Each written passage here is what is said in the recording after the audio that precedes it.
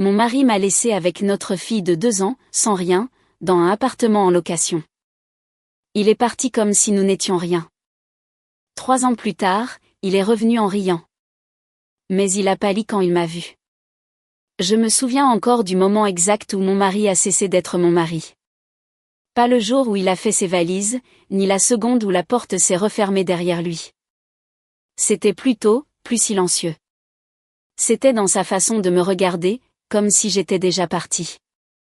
Cette nuit-là, il m'a laissé, moi et notre fille de 2 ans, dans un appartement loué avec rien d'autre qu'un frigo à moitié vide et des factures que je ne pouvais pas payer. 3 ans plus tard, il est revenu en riant. Et puis, il m'a vu. Camille dormait sur ma poitrine quand j'ai réalisé que l'appartement semblait trop calme. Pas un calme paisible, un calme vide. Le genre de silence qui presse contre vos tympans et vous fait remarquer ce qui manque. Sa petite main était agrippée à mon t-shirt, s'accrochant à peine, comme si elle me faisait confiance pour être encore là à son réveil. Je suis restée immobile, craignant que même une respiration trop profonde ne la dérange. L'horloge murale a passé minuit. Julien n'était pas rentré. Ce n'était plus inhabituel, mais il y avait quelque chose de différent cette nuit-là. L'air semblait plus lourd, comme si la pièce attendait quelque chose. J'ai bougé légèrement, déposant doucement Camille sur le canapé et l'abordant avec une fine couverture. Elle a soupiré, mais ne s'est pas réveillée. J'ai écarté une mèche de cheveux de son front et j'ai murmuré, « Je suis juste là ». Je l'ai dit pour elle, mais j'avais peut-être aussi besoin de l'entendre. La porte d'entrée s'est ouverte sans un bruit. Je ne me suis pas retournée tout de suite. J'ai juste écouté. Ses pas étaient plus lents que d'habitude, mesurés, pas fatigués, mais délibérés. Je me suis levée, essuyant mes mains sur mon jean comme si j'avais fait quelque chose de mal. « Tu es en retard », ai-je dit, gardant une voix neutre. Il n'a pas répondu immédiatement. Quand je l'ai enfin regardé, j'ai remarqué la façon dont ses épaules étaient positionnées, comme s'il avait déjà décidé quelque chose avant même d'entrer. Il n'a pas regardé Camille. C'est la première chose qui m'a serré la poitrine. Il faut qu'on parle, a-t-il dit. Il y a des phrases qui semblent normales jusqu'à ce que vous les entendiez sur le mauvais ton. C'en était une. D'accord, ai-je dit, bien que mon estomac se soit déjà noué. Il a jeté un coup d'œil autour de l'appartement, notre appartement, mais pas de la façon dont quelqu'un regarde sa maison. Plutôt comme quelqu'un qui inspecte un endroit qu'il est sur le point de quitter. Son regard a balayé le canapé, les petits jouets éparpillés sur le sol, les factures impayées empilées près du comptoir de la cuisine. Je ne peux plus continuer comme ça. Les mots étaient simples, nets, répétés. J'ai cligné des yeux, attendant la suite, une explication, une dispute, quelque chose à quoi je pourrais me raccrocher. Faire quoi? Ai-je demandé. Ça, a-t-il répété, en faisant un geste vague. Nous. La situation. J'ai suivi sa main comme si elle pouvait pointer vers quelque chose de concret. Il n'y avait rien là qu'une vie que nous avions construite pièce par pièce. Quelle situation, ai-je insisté. Nous sommes fatigués. C'est normal. Camille est encore petite. Les choses vont se tasser. Il a secoué la tête avant que je puisse finir. Ni en colère, ni frustré, juste résigné. Non, elles ne se tasseront pas. Camille a bougé doucement, et nous l'avons tous les deux regardée. Instinctivement, je me suis rapprochée du canapé, me plaçant entre elle et ce qui était en train de se passer. Il ne s'est pas avancé. Il ne s'est même pas adouci. J'y réfléchis depuis un moment, a-t-il dit. J'ai besoin de quelque chose de différent. Différent. J'ai laissé le mot flotter, essayant de le comprendre. Différent de quoi? De moi, d'une enfant de 2 ans qui avait encore besoin d'aide pour s'endormir. Tu veux dire une pause, ai-je demandé prudemment. Je ne suppliais pas. Pas encore. J'essayais de donner un sens à tout ça, de le classer dans une catégorie qui avait des solutions. Non.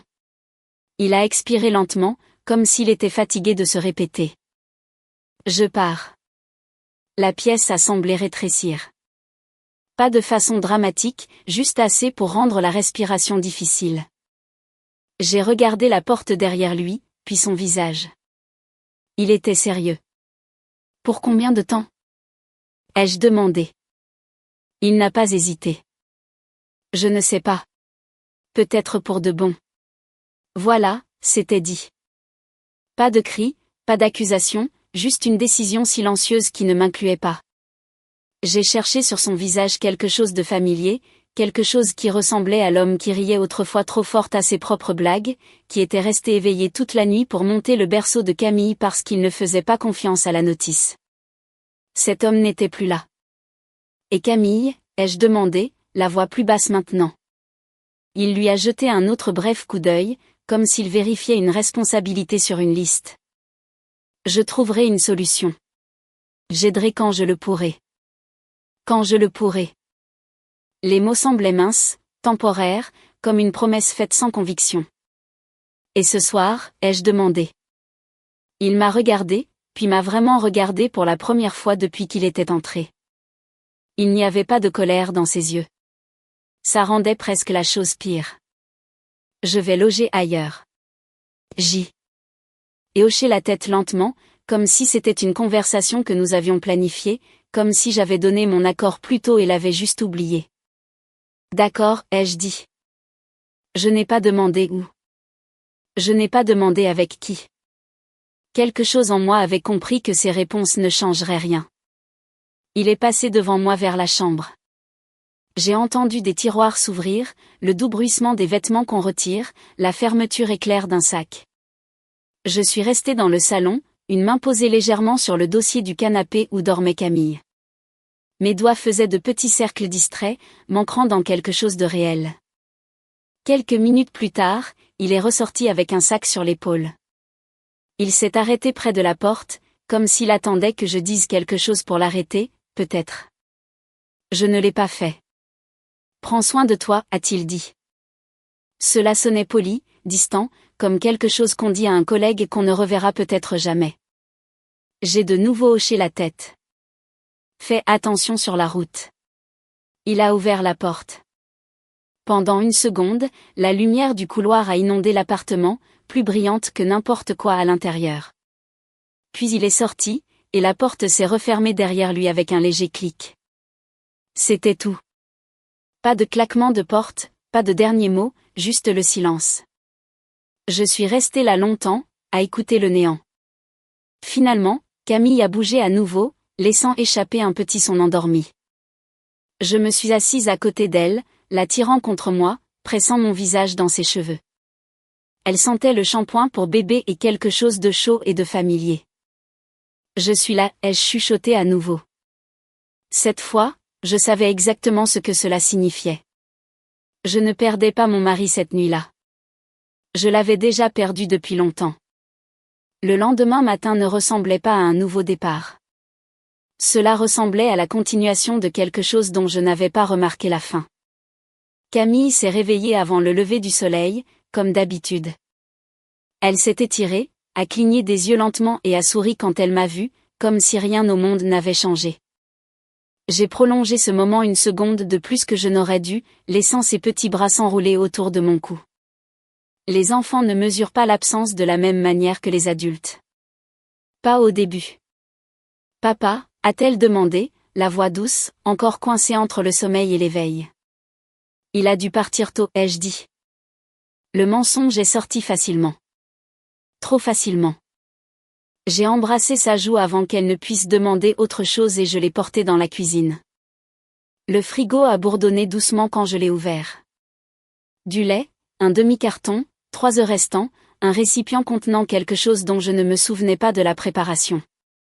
Je suis restée là plus longtemps que nécessaire, fixant des étagères qui semblaient soudainement inconnues. Je lui ai préparé son petit déjeuner. J'ai fait du café. J'ai à peine bu. J'ai vérifié mon téléphone plus de fois que je ne voulais l'admettre. Pas de message, pas d'appel manqué, juste un écran noir reflétant une version de moi que je ne reconnaissais pas. À midi, j'avais cessé de m'attendre à avoir de ses nouvelles. Cela aurait dû être ma première vraie réponse. Mais la vérité, c'est que je n'étais pas novice en matière d'attente. J'avais passé la majeure partie de ma vie à apprendre comment attendre l'attention, l'approbation, que quelqu'un me choisisse sans hésitation. Ça commence petit quand on est enfant. On ne remarque même pas que ça arrive. Dans la maison où j'ai grandi, l'amour n'était pas quelque chose que l'on recevait automatiquement. C'était quelque chose pour lequel il fallait s'ajuster afin de le mériter.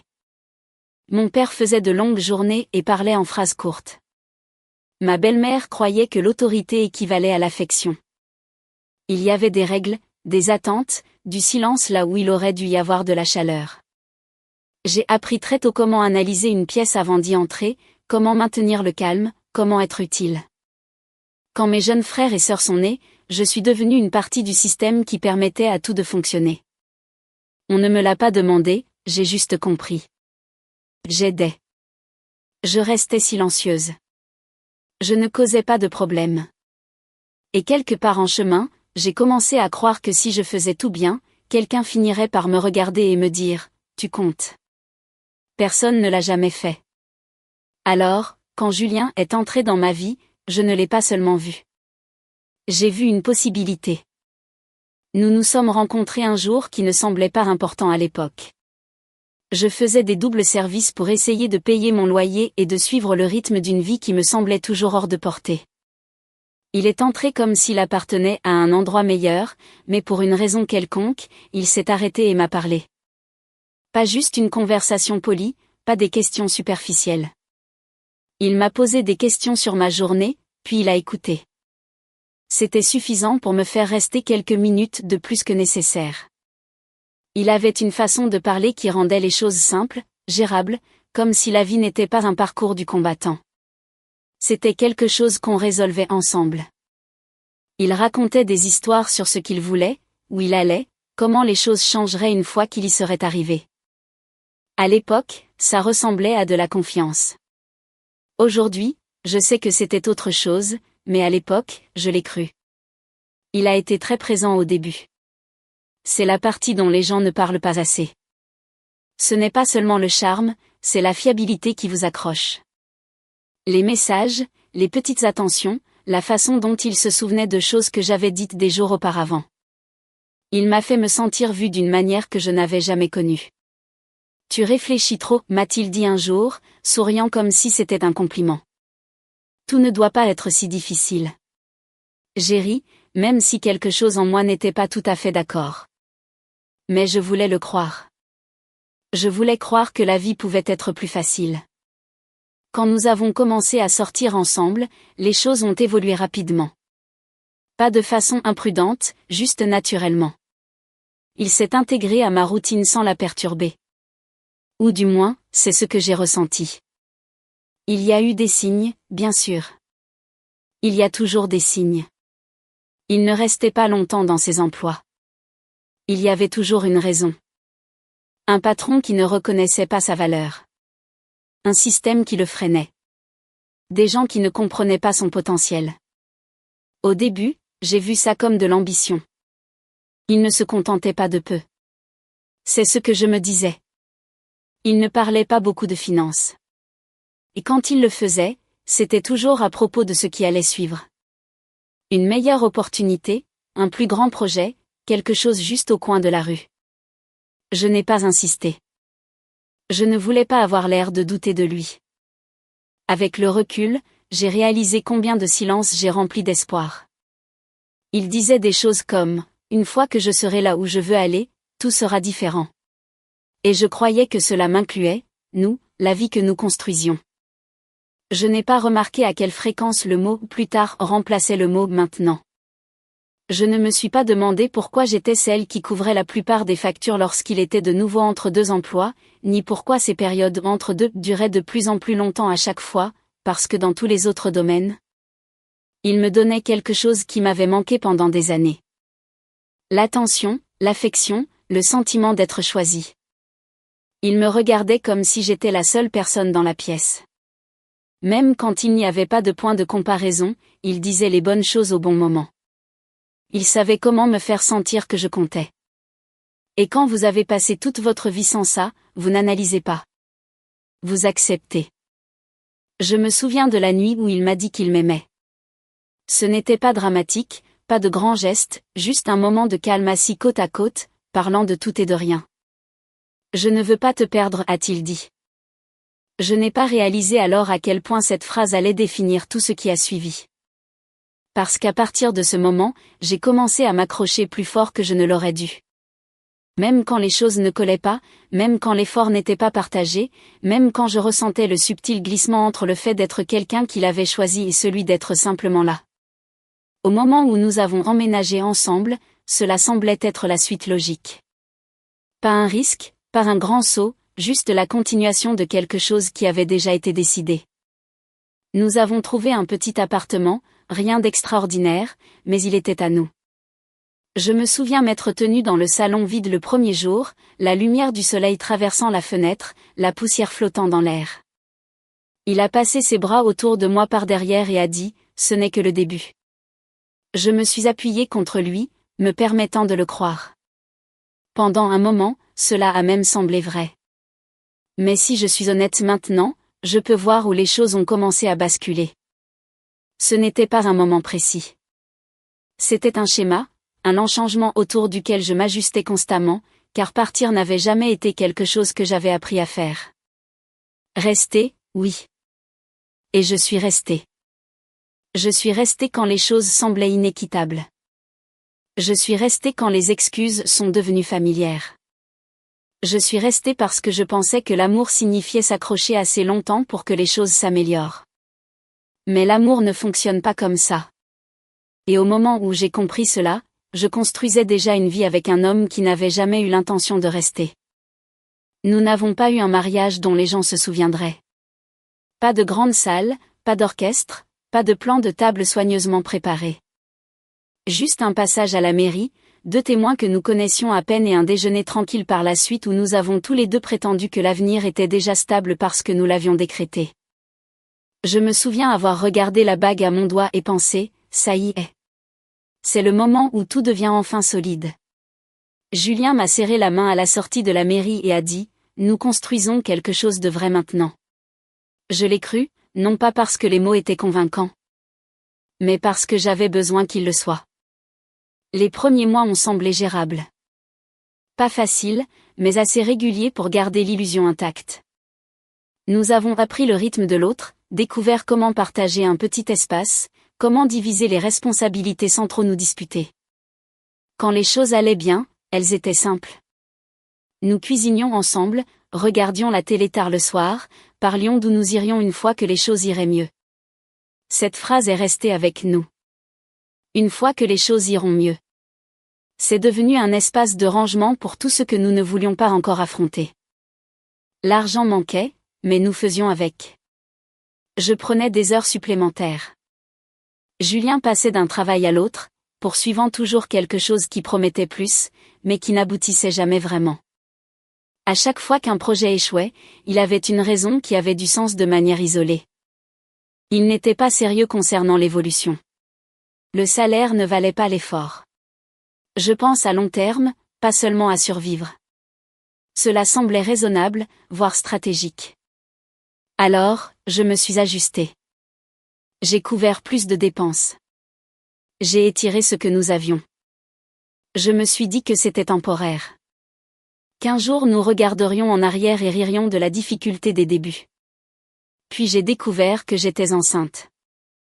Je me suis assise sur le bord de la baignoire en tenant le test, fixant 2 lignes qui semblaient à la fois terrifiantes et inévitables. Pendant un moment, je n'ai pas bougé. J'ai juste écouté ma propre respiration, le bourdonnement silencieux de l'appartement, le son d'une vie qui basculait d'une manière que je ne pourrais pas inverser. Quand je l'ai dit à Julien, il est resté immobile. Ni distant, ni en colère, juste immobile. Puis il a souri. Ce n'était pas le genre de sourire auquel je m'attendais. Pas d'excitation immédiate, pas de joie débordante, mais c'était suffisant. Il m'a prise dans ses bras et a dit, « D'accord, on va y arriver. » Ce mot comptait. Cette nuit-là, il a parlé plus que d'habitude, de responsabilité, de devenir père, de la façon dont cela le pousserait à être meilleur, à s'investir d'une manière qu'il n'avait jamais faite auparavant. Un enfant change tout, a-t-il dit. Je ne serai plus la même personne. Je me suis accrochée à cette phrase plus longtemps que je n'aurais dû. La grossesse a une façon de ralentir le temps et de l'accélérer au même instant. Les jours semblaient plus longs, plus lourds. Mais les semaines disparaissaient avant que je puisse pleinement les assimiler. Mon corps changeait plus vite que mon esprit ne pouvait suivre. Mes priorités ont changé sans demander de permission. Julien a essayé, à sa manière. Il est venu à quelques rendez-vous médicaux. Il a posé des questions. Il a même ramené des courses à la maison une fois sans qu'on le lui rappelle.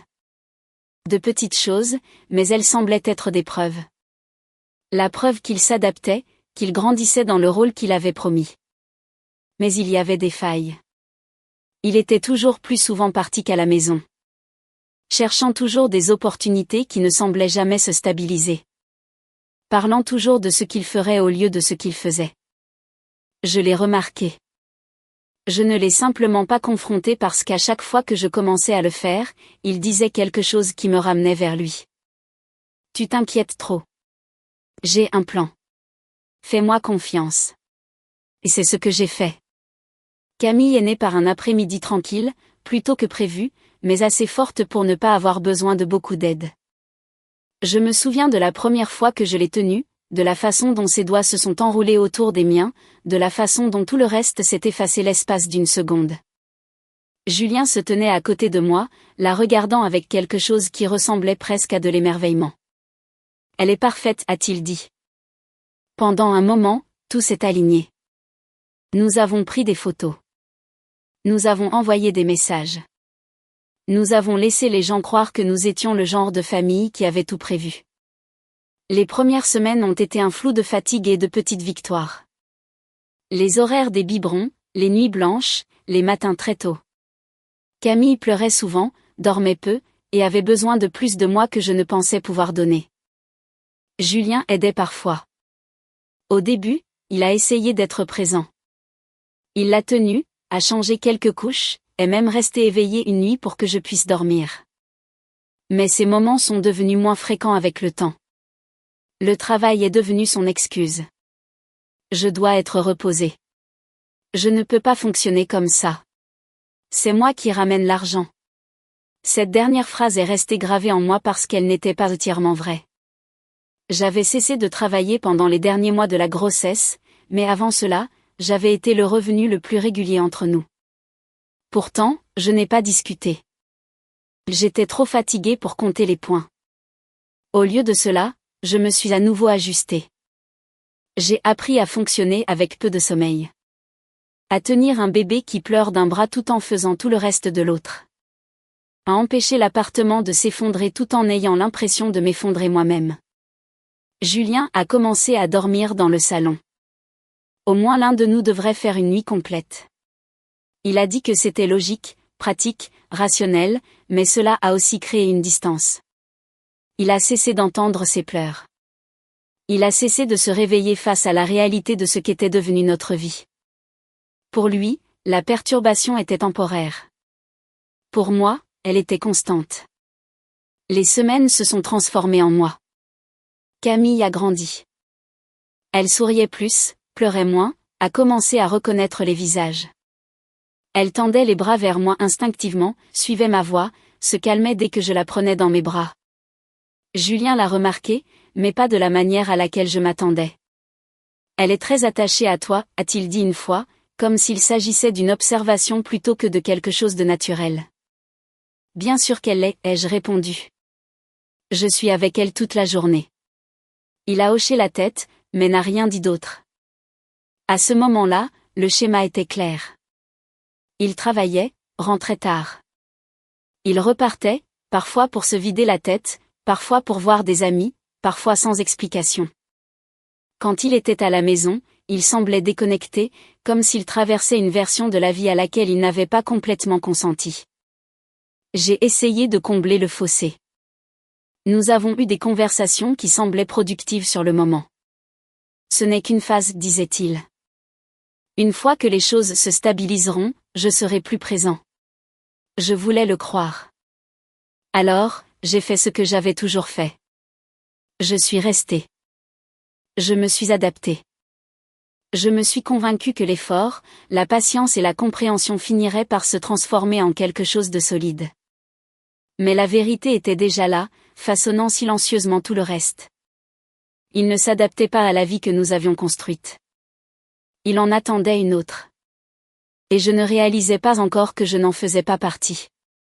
La première vraie fissure n'est pas arrivée avec une dispute. Elle est venue avec quelque chose de plus petit, quelque chose de plus facile à ignorer si je l'avais voulu. Une notification. Ce n'était même pas mon téléphone. Julien avait laissé le sien sur le comptoir de la cuisine pendant qu'il prenait sa douche. Camille était dans sa chaise haute, tapant une cuillère contre le plateau, répétant le même rythme encore et encore. Je rinçais la vaisselle quand l'écran s'est allumé. Je ne voulais pas regarder, mais je l'ai fait. Juste un coup d'œil. C'est tout ce qu'il faut. Un prénom que je ne connaissais pas. Sophie. Un aperçu de message qui est resté à l'écran assez longtemps pour que je le lise sans rien toucher. Tu me manques déjà. Le week-end dernier n'était pas suffisant. Ma main s'est arrêtée sous l'eau courante.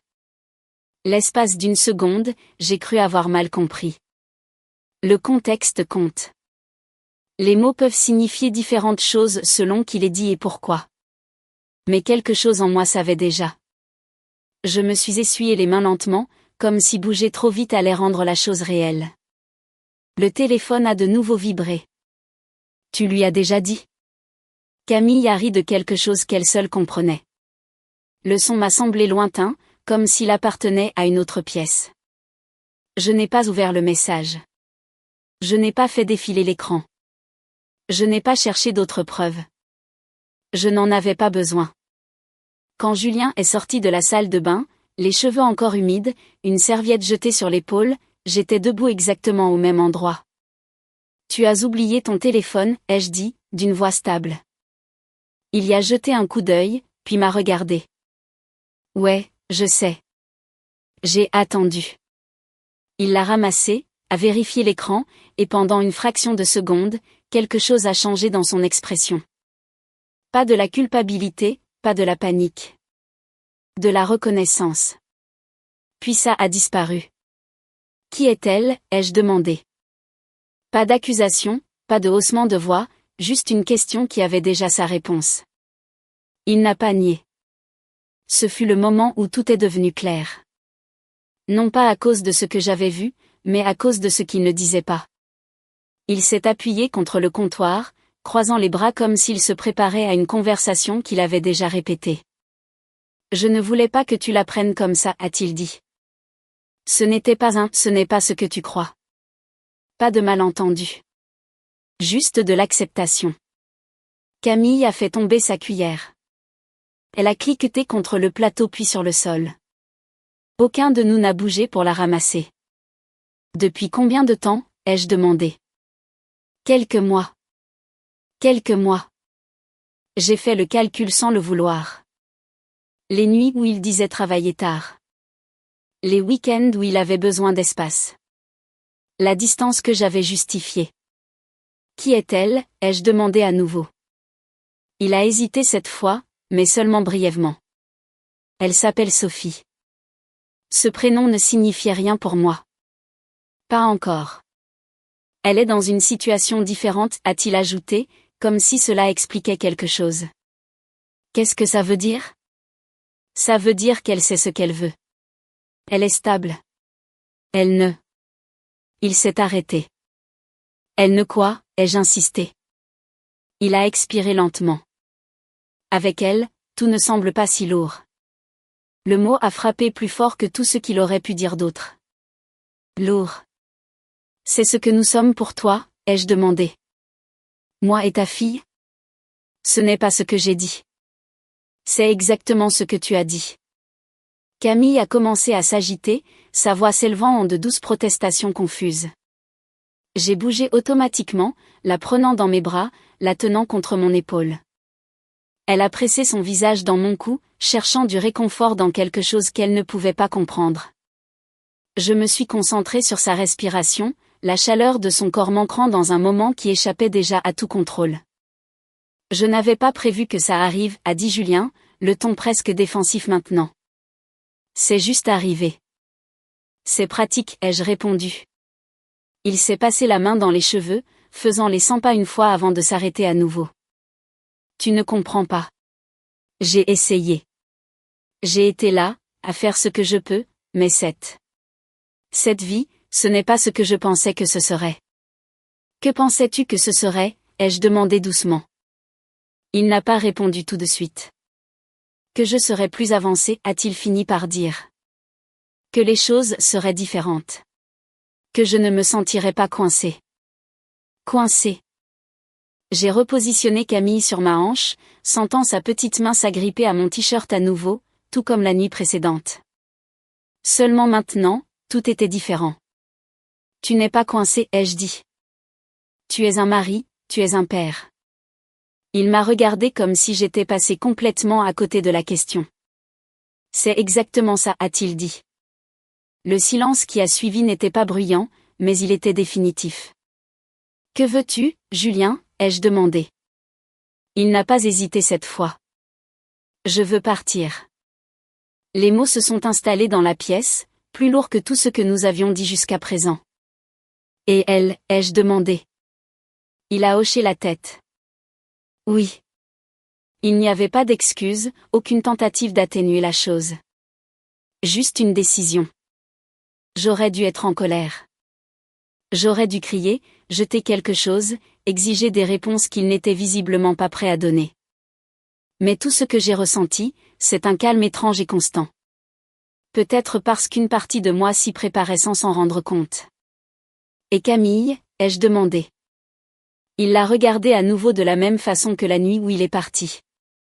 De manière brève, distante, comme s'il reconnaissait une responsabilité, pas une relation. J'aiderai, a-t-il dit. Je ne disparais pas. Mais il l'avait déjà fait. Tu l'as déjà fait, ai-je répondu. Il n'a pas argumenté. Au lieu de cela, il a pris son téléphone, ses clés, le même petit sac qu'il avait pris la nuit précédente. Cette fois, il n'y a pas eu d'hésitation à la porte. Je passerai plus tard cette semaine, a-t-il dit. On pourra s'arranger. S'arranger. J'ai hoché la tête, non pas parce que j'étais d'accord, mais parce que j'avais compris quelque chose que lui n'avait pas saisi. Il n'y avait plus rien à arranger. Il a ouvert la porte et est sorti dans le couloir, exactement comme avant. La lumière a inondé la pièce une seconde, puis a disparu lorsque la porte s'est refermée derrière lui. Camille a bougé dans mes bras, laissant échapper un petit son confus. Je l'ai serré plus fort contre moi, pressant ma joue contre le sommet de sa tête. Tout va bien, ai-je chuchoté, même si je n'étais pas sûre que ce soit vrai. Je suis restée là longtemps, écoutant le silence s'installer de nouveau dans l'appartement. Il semblait différent maintenant. Pas vide, mais clair. Parce que pour la première fois depuis que tout ça avait commencé, je n'attendais pas que quelque chose change. Ça avait déjà changé. Et cette fois, ce n'était pas silencieux. C'était définitif. La première facture est arrivée 2 jours après son départ. Ce n'était pas dramatique. Pas de tampon rouge, pas d'avis urgent, juste une enveloppe ordinaire avec des chiffres que je savais déjà ne pas pouvoir couvrir. Je l'ai posée sur le comptoir avec les autres, en alignant les coins comme si la propreté pouvait les rendre plus petites. Camille était assise par terre, empilant des cubes avec une concentration sérieuse. À chaque fois que la tour penchait, elle l'étudiait des 2 mains, la langue pressée contre la lèvre. Elle ne savait rien du loyer ou des dates d'échéance. Elle savait seulement comment réessayer quand quelque chose vacillait. J'ai fait une liste cet après-midi-là.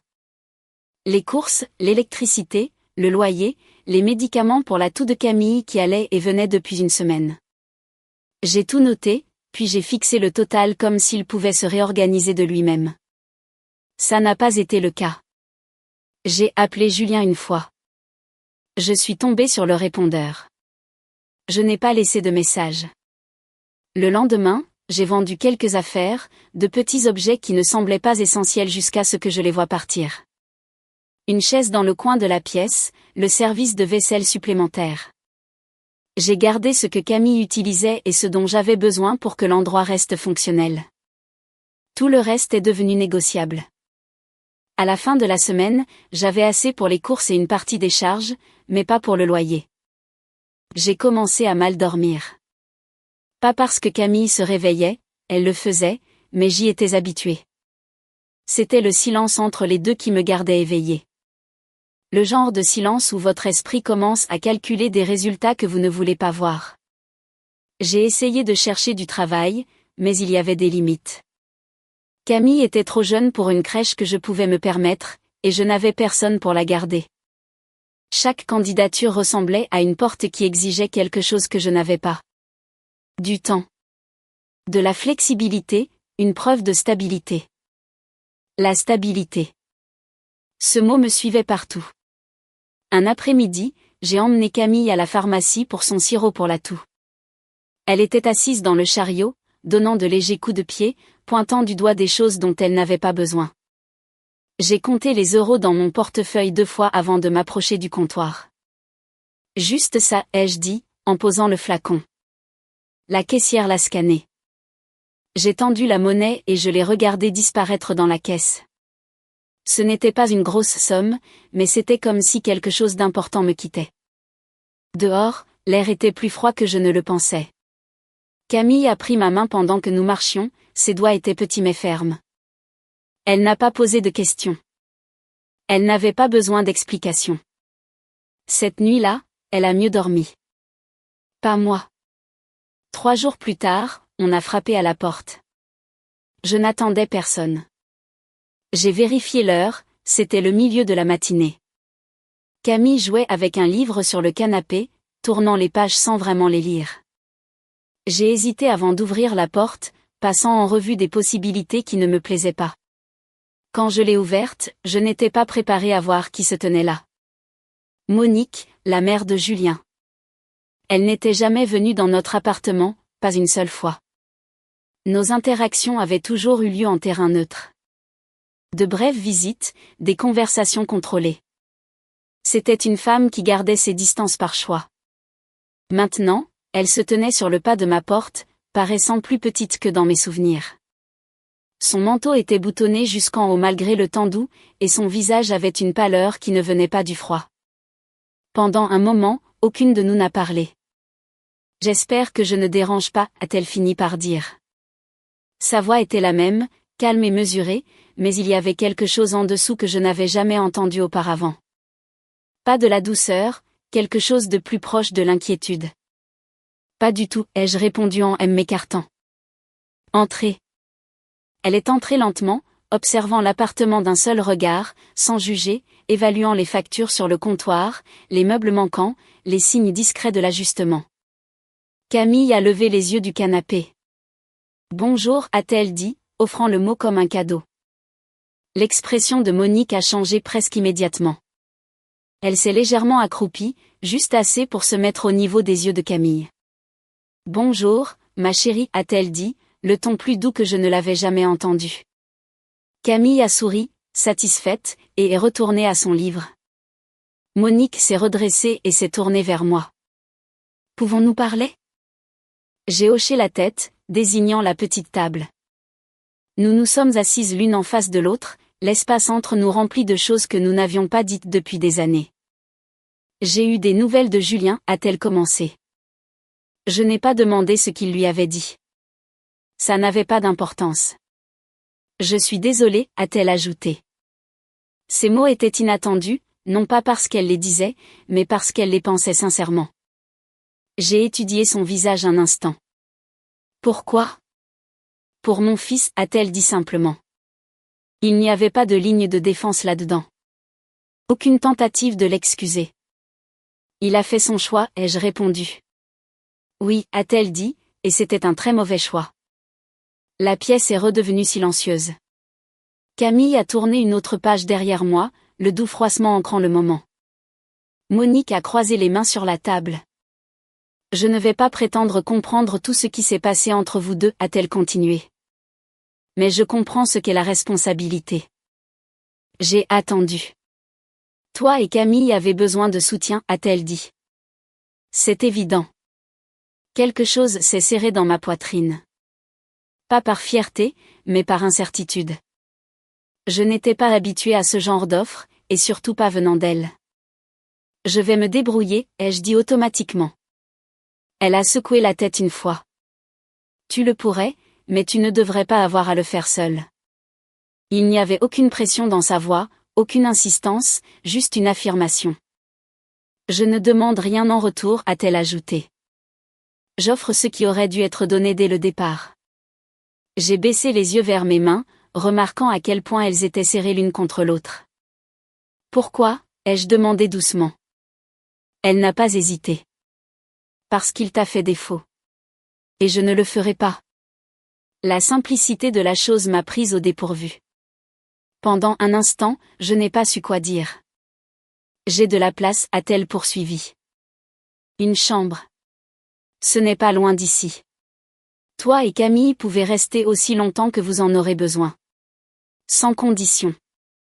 Camille a ri doucement de quelque chose dans son livre, inconsciente de la décision qui se jouait autour d'elle.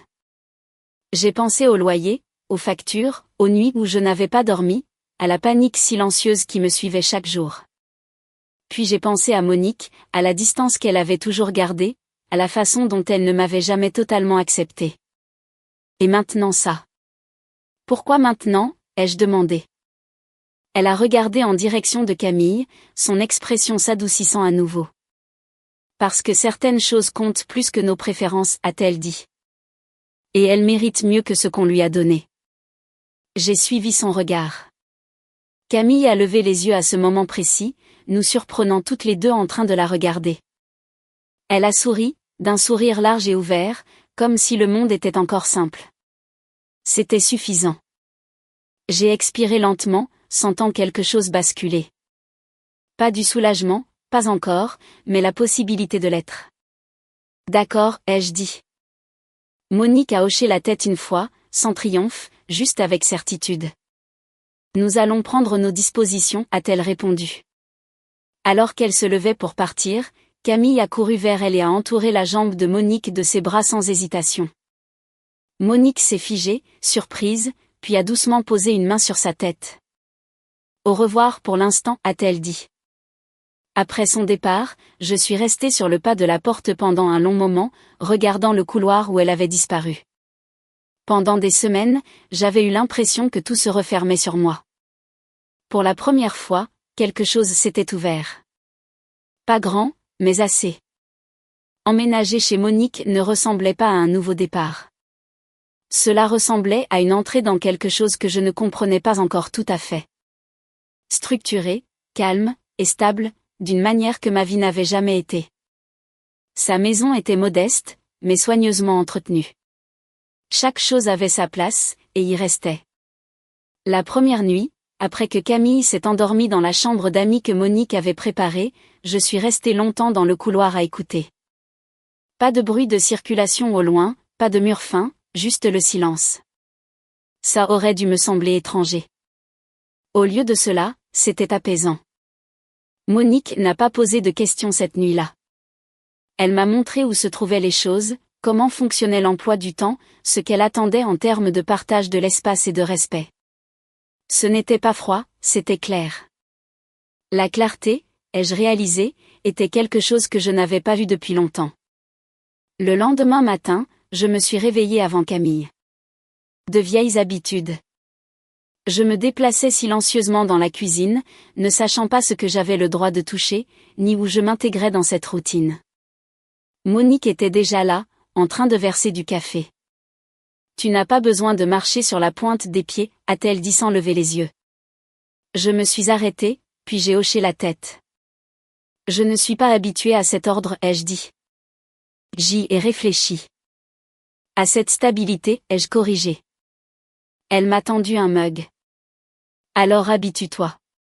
Il n'y avait pas de chaleur dans cette phrase, mais il y avait autre chose, une intention. Ce n'était pas censé réconforter. C'était censé ancrer. Camille s'est adaptée plus vite que moi. En quelques jours, elle parcourait la maison comme si elle y appartenait, suivant Monique de pièce en pièce, posant des questions de sa voix douce et curieuse. Monique répondait par des phrases courtes et patientes, jamais excessivement affectueuses, mais jamais méprisantes non plus. Elles ont trouvé leur rythme. Moi aussi. La première semaine, je me suis concentrée sur les choses pratiques, mettant à jour mon CV, cherchant un travail qui s'adaptait aux horaires de Camille, appelant des entreprises, envoyant des emails, relançant quand personne ne répondait. La plupart des réponses étaient les mêmes. Nous avons besoin de quelqu'un à temps plein. Avez-vous un mode de garde pour votre enfant? Nous recherchons plus de flexibilité. Je comprenais ce qu'il voulait dire. Je n'avais simplement pas encore le moyen d'y répondre. Un après-midi, pendant que Camille faisait la sieste, Monique s'est assise en face de moi à la table de la cuisine. « Quelles sont tes compétences ?» a-t-elle demandé. La question m'a prise au dépourvu. Non pas parce que je n'avais pas de réponse, mais parce que je ne l'avais jamais formulée de cette façon auparavant. J'ai travaillé dans la vente, ai-je dit. Service client, gestion des stocks, management de base. Elle a hoché la tête. Et avant ça, j'ai fait des études pour la petite enfance, ai-je ajouté presque après coup. Je n'ai pas terminé le cursus complet, mais j'en ai validé la majeure partie. Elle s'est légèrement adossée à sa chaise. Ce n'est pas un détail, a-t-elle dit. C'est un atout. Je n'avais pas utilisé ce mot pour me décrire depuis longtemps. Je ne peux pas m'engager sur un temps plein, ai-je expliqué. Pas encore. Tu n'as pas à le faire, a-t-elle répondu. Tu dois trouver quelque chose qui correspond à ta réalité, pas à celle de quelqu'un d'autre. C'était une affirmation simple, mais elle a changé quelque chose en moi. Ce soir-là, j'ai réécrit mon CV, non plus comme une liste d'emplois, mais comme une liste de capacités, organisation, patience, base du développement de l'enfant, gestion de crise, même si je ne l'avais jamais appelé ainsi auparavant. Le lendemain, j'ai publié une petite annonce en ligne. Garde d'enfants à temps partiel disponible. Expérimenté, fiable, calme sous la pression. Je n'en attendais pas grand-chose, mais à la fin de la semaine, j'avais reçu 3 réponses. Les 2 premières n'ont pas abouti.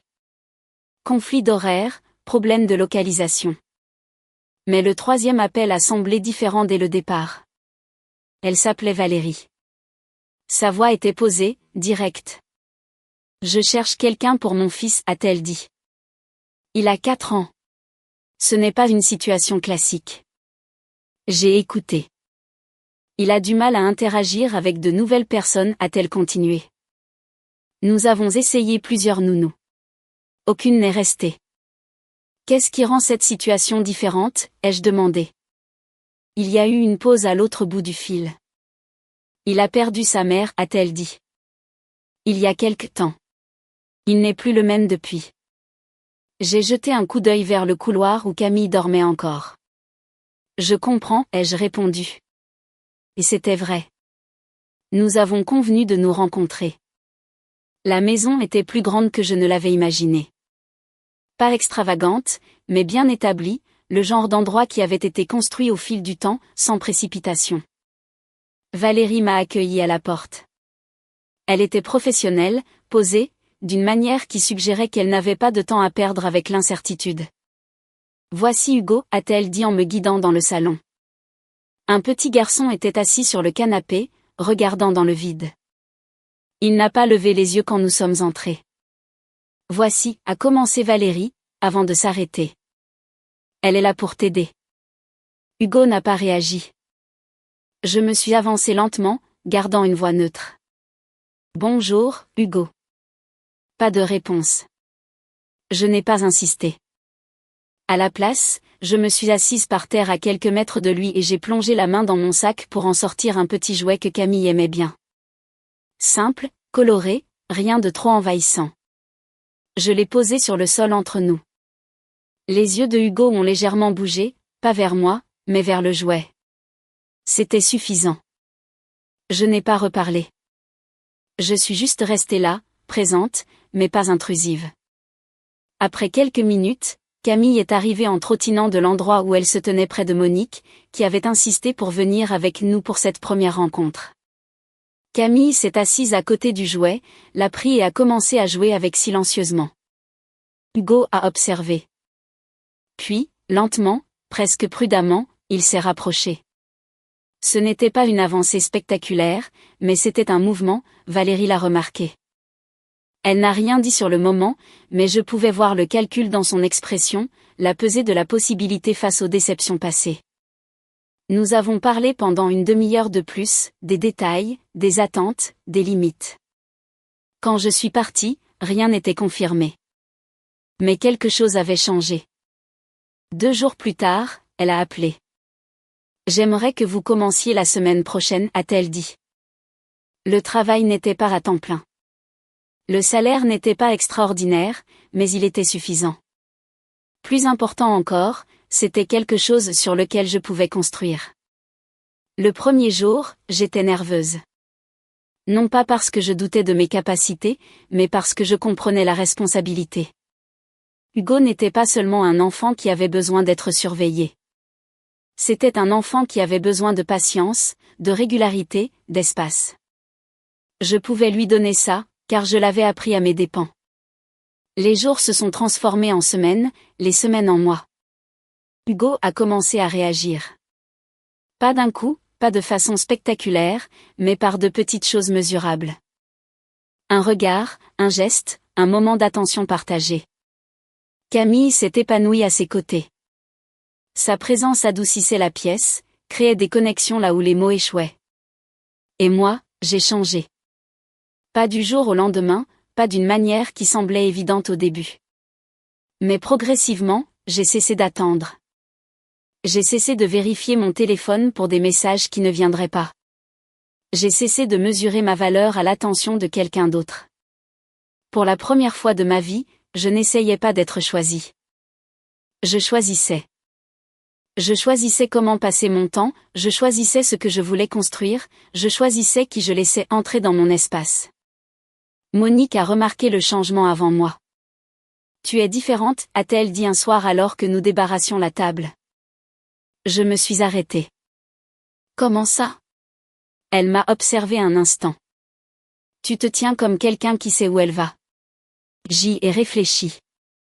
Pendant si longtemps, j'avais avancé sans direction, juste par inertie.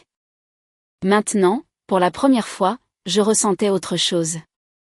Pas une certitude absolue, mais du contrôle. Et c'était suffisant. 3 années ont passé sans un seul moment dramatique. Pas de rentrée d'argent inattendue, pas de transformation miraculeuse du jour au lendemain, juste du temps mesuré en horaire d'école, en liste de courses, en soirée tranquille, et le rythme régulier d'une vie que j'avais reconstruite pièce par pièce. Camille avait 5 ans maintenant. Elle posait plus de questions, faisait ses propres lacets, et riait d'une manière qui remplissait les pièces sans demander de permission. Hugo avait changé lui aussi. Pas complètement. Il était toujours prudent avec les gens, toujours lent à accorder sa confiance, mais il souriait davantage. Il parlait plus. Parfois, quand il s'oubliait, il lui arrivait même de rire. Je n'ai pas remarqué quand la stabilité a cessé de me sembler temporaire pour devenir réelle. Ça s'est passé quelque part entre le fait de payer les factures sans compter chaque euro et la réalisation que je n'avais pas vérifié si le nom de Julien apparaissait sur mon téléphone depuis des mois.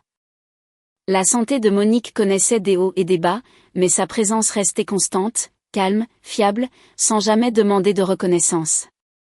Nous n'étions pas proches au sens traditionnel du terme, mais nous nous comprenions. C'était suffisant. Le jour où Julien est revenu, c'était un mardi. Il n'y avait rien de spécial ce jour-là. Je venais de rentrer du travail avec Camille, sa petite main dans la mienne, son sac à dos cognant légèrement contre son côté. Nous parlions d'un dessin qu'elle avait fait à l'école, quelque chose avec trop de couleurs et sans sujet précis. C'est un chien ou un dragon, ai-je demandé. Ce sont les deux, a-t-elle dit avec une certitude absolue. C'est logique, ai-je répondu en déverrouillant la porte d'entrée. Monique était dans la cuisine en train de préparer du thé. Hugo était assis à la table, concentré sur un puzzle. Tout était exactement comme ça devait l'être. Puis on a frappé à la porte. Pas de façon urgente, pas de façon hésitante, juste avec assurance. J'ai jeté un regard à Monique. Elle a haussé un sourcil, mais n'a rien dit. J'ai marché vers la porte, m'essuyant les mains sur un torchon, m'attendant à un voisin, une livraison, quelque chose d'ordinaire. Quand je l'ai ouverte, j'ai compris immédiatement. Julien se tenait là comme s'il n'était jamais parti. Même posture, même expression, peut-être un peu plus vieux, un peu plus marqué par la vie, mais portant toujours cette certitude tranquille qui m'attirait autrefois. Pendant une seconde, aucun de nous n'a parlé. Puis il a souri. Ce n'était pas chaleureux. Ce n'était pas pour s'excuser. C'était familier d'une manière qui semblait presque déplacée, comme s'il avait sauté la partie où tout avait changé. Eh bien, a-t-il dit d'un ton léger, regardant au-delà de moi à l'intérieur de la maison. Tu as l'air en forme. Je ne me suis pas reculée pour le laisser entrer. Toi aussi, ai-je répondu, parce que c'était plus facile que de dire ce que je voyais vraiment. Il a pris ça comme une invitation à continuer. J'étais dans le coin, a-t-il dit. J'ai pensé que j'allais passer voir comment vont les choses. J'ai hoché la tête une fois. Elles vont. Il a changé d'appui, regardant à nouveau autour de lui, s'imprégnant des détails.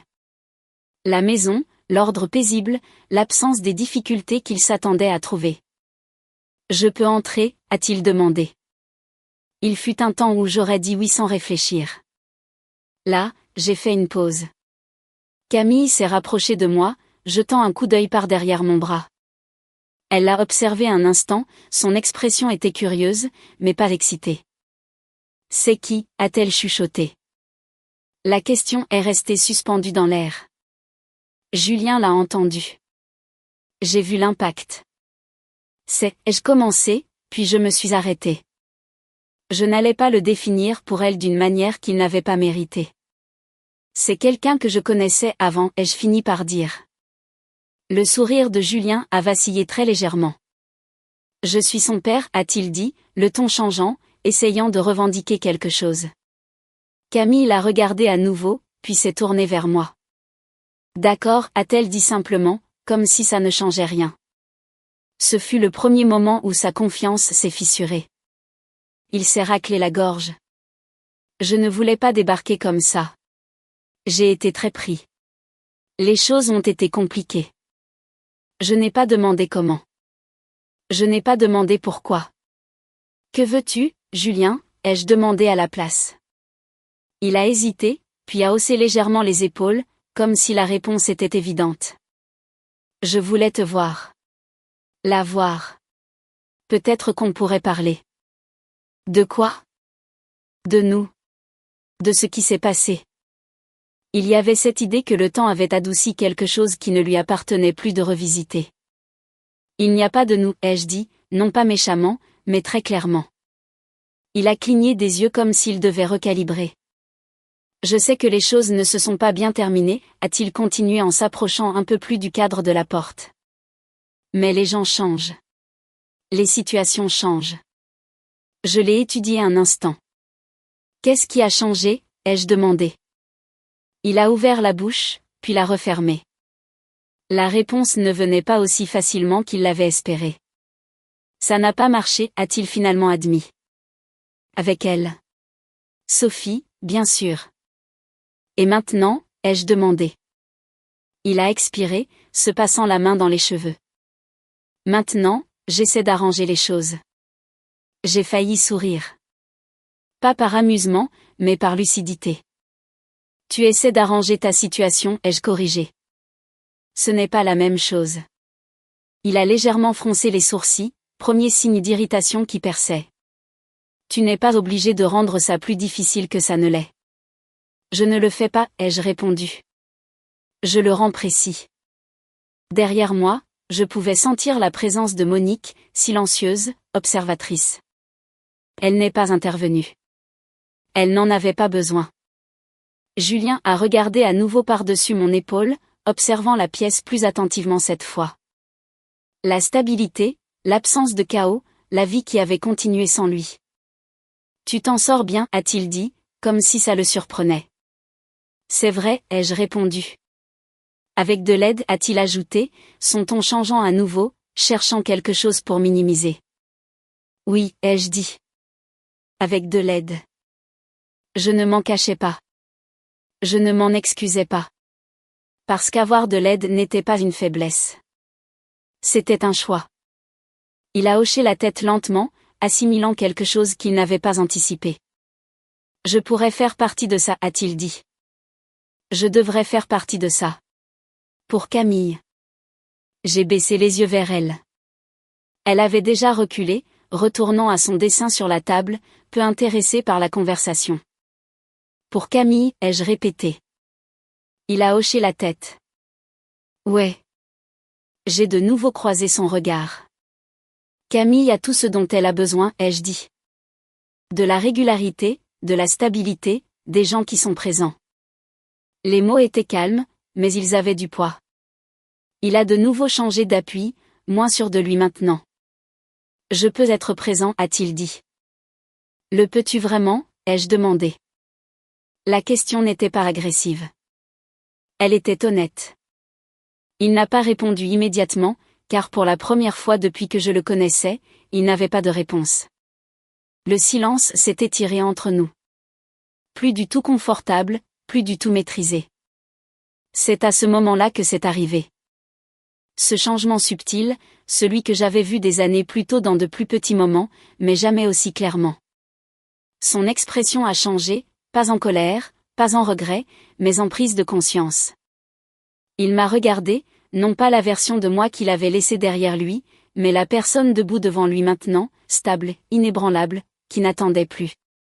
Et pour la première fois, il ne m'a pas reconnu. C'est là qu'il a pâli. Pas de manière spectaculaire, pas d'une manière que quelqu'un d'autre aurait remarqué. Mais moi si, parce que j'avais passé des années à apprendre à lire les moindres changements en lui. Tu n'as pas besoin de moi, a-t-il dit doucement. Ce n'était pas une question. Non, ai-je répondu. Je n'en ai pas besoin. Il a hoché la tête lentement, comme s'il confirmait quelque chose qu'il n'avait pas voulu croire. Et elle, a-t-il demandé en jetant un coup d'œil vers Camille. J'ai suivi son regard. Elle a besoin de gens qui restent, ai-je dit. La réponse suffisait. Il s'est éloigné de la porte, la confiance avec laquelle il était arrivé s'était envolée, remplacée par quelque chose de plus silencieux, de plus petit. Je suppose que j'ai mal interprété les choses, a-t-il dit. Oui, ai-je acquiescé. Il a hésité une dernière fois, comme s'il cherchait une version de cette conversation qui se terminerait différemment. Il n'y en avait pas. Prends soin de toi, a-t-il dit finalement. Les mêmes mots, un sens différent. Toi aussi, ai-je répondu. J'ai fermé la porte doucement. Pas de claquement, pas de déclaration finale, juste la conclusion. Je suis resté là un moment, écoutant le calme de la maison derrière moi. La voix de Camille, les mouvements doux de Monique dans la cuisine, la vie qui avait continué sans interruption. Je ne tremblais pas. Je n'étais pas bouleversée. J'étais sereine. Il y a 3 ans, il est parti en pensant qu'il m'avait laissé sans rien. Ce qu'il n'avait pas compris, c'est qu'il m'avait laissé avec tout ce dont j'avais besoin pour devenir quelqu'un qu'il ne pourrait plus jamais reconnaître.